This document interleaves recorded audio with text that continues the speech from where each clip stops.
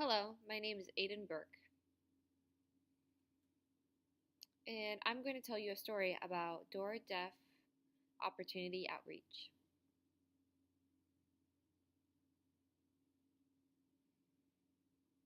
And it's going to be in relation to their trip story.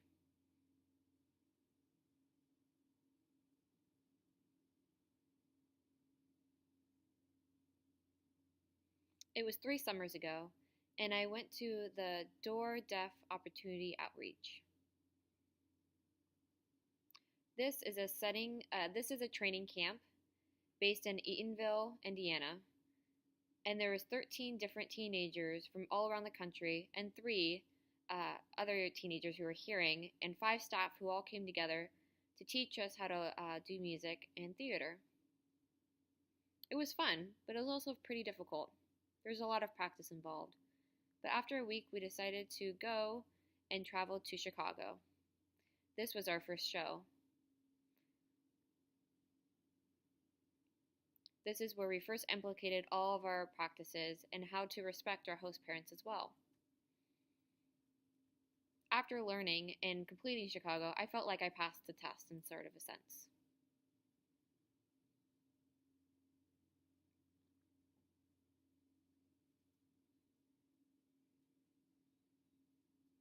After Chicago, we went to Minneapolis, Minnesota.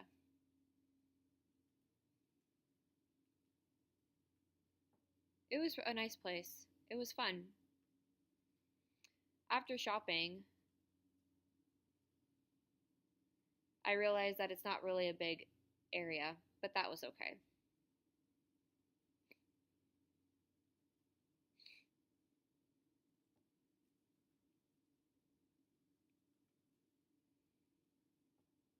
After we finished in Minneapolis, we decided to travel to Vancouver, Canada.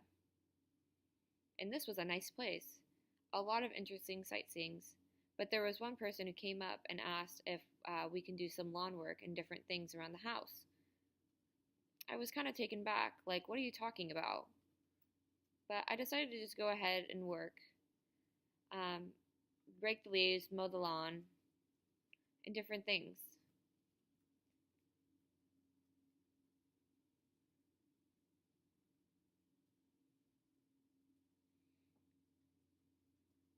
Those host parents were kind of interesting, but it was okay. I decided to just be patient and go through it and just try to forget that kind of memory.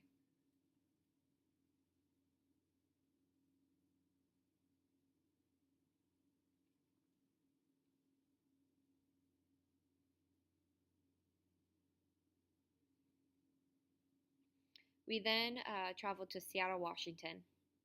And after we finished, uh, we settled down and we decided we needed surplus because we were out.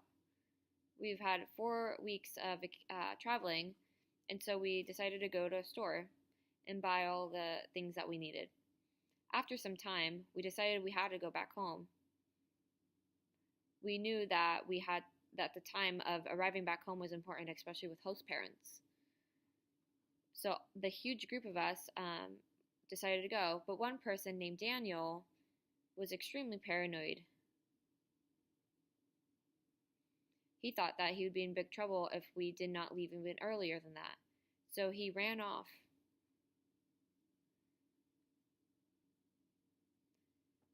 Afterwards, we arrived to our host parents' house and nobody was upset at us. But one person asked, "Where's Daniel?" And we didn't know. Nobody knew where Daniel was, so we were searching for him. We asked a policeman to come help us.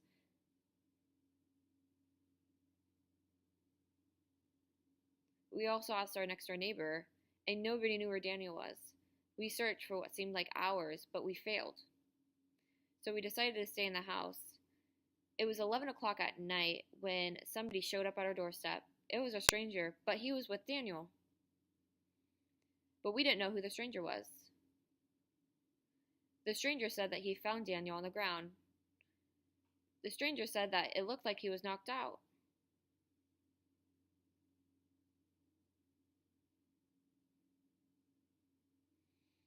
We found that there was somebody who robbed Daniel of his camera, his money, and even his shoes. Daniel felt really, really paranoid afterwards,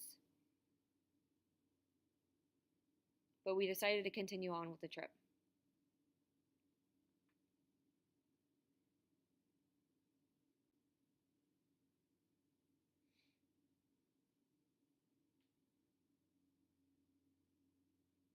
We then headed to San Francisco, and I was super lucky.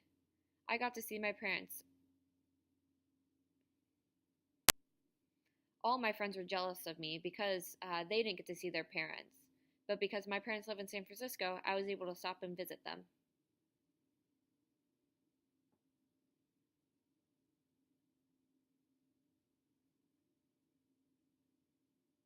One of my friends was jokingly saying that my mom should go back home and tell their parents that they said hello.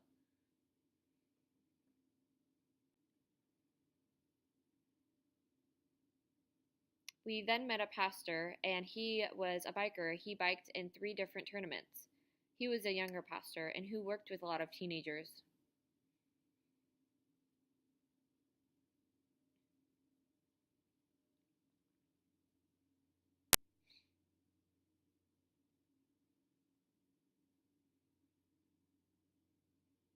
We then traveled to LA. There were so many teenagers there, mostly herring, but there was also one really pretty girl that I noticed there. We decided as a group to go to Long Beach to go fishing, but we unfortunately could not go. It was a really far swim, but afterwards we decided to go to Colorado Springs for our next stop. And Colorado Springs was a super nice place. There was one flat, the landscape was flat, but then when you looked up, you can see the Rocky Mountains. We all went to the Rocky Mountains and we got to see 7 waterfalls that were all in a hidden spot. After some time, we decided to drive back to our host parents' house. While we were driving back, there was a storm that occurred, and it was actually a hailstorm, and it was raining really, really heavy. All the boys inside the van looked at each other, and we were daredevils. So we decided to put the window down and put our bodies out while the hail hit us in the face and the body. It was really painful, but really fun. It was nice to know that nobody in our group was a wimp.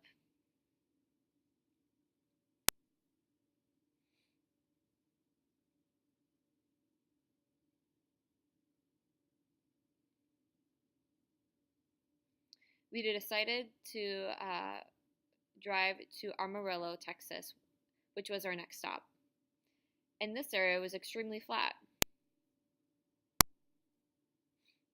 After the performance, we decided to settle down and then go back to our host parents' house. We were driving, and it seemed really dark. The clouds were right above us, almost like it was touching the car.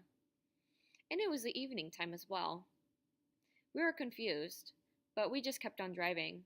When we arrived to our host parents' house, they told us that there was a tornado right there. A tornado. We were super confused. A tornado? We didn't think that it was a tornado. There was no wind, there was no rain, there was no evidence that a tornado was even present. We thought, possibly it's a tornado, but who knows? We decided to go to bed and ignore it. Next, we decided to go to Alabama, and this was a nice place. The South was extremely fancy. They had a lot of houses and mansions. I saw the biggest mansion ever in Alabama. And then all of a sudden, afterwards, there was a huge storm that hit. Lightning was everywhere. All the boys were nervous and scared, like, what do we do? What do we do? Looking at each other. But we decided to just be patient and wait it out. A lot of us were trying to be encouraging and tell the others to not be afraid. The storm lasted for 3 hours.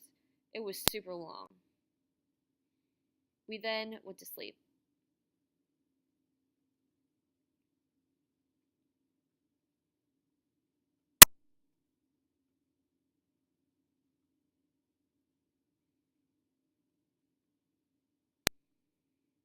The next day, we decided to go to North Carolina. It was a far drive. There, in North Carolina, there was the Door headquarters, and there was a famous deaf man who was in a wheelchair from unfortunately breaking his neck when he dove into shallow water. But he commented about our performance and our music. He was doing a videotape about deaf abilities, about how deaf can write, they can read, they can drive a car, they can make a phone call. So it was really cool to be able to train with him and learn so much. And after North Carolina, we went back home.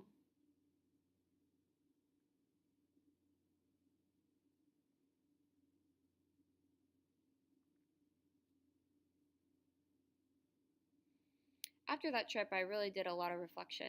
It was super interesting. I noticed a lot of different cultures, a lot of different people, and I learned a lot.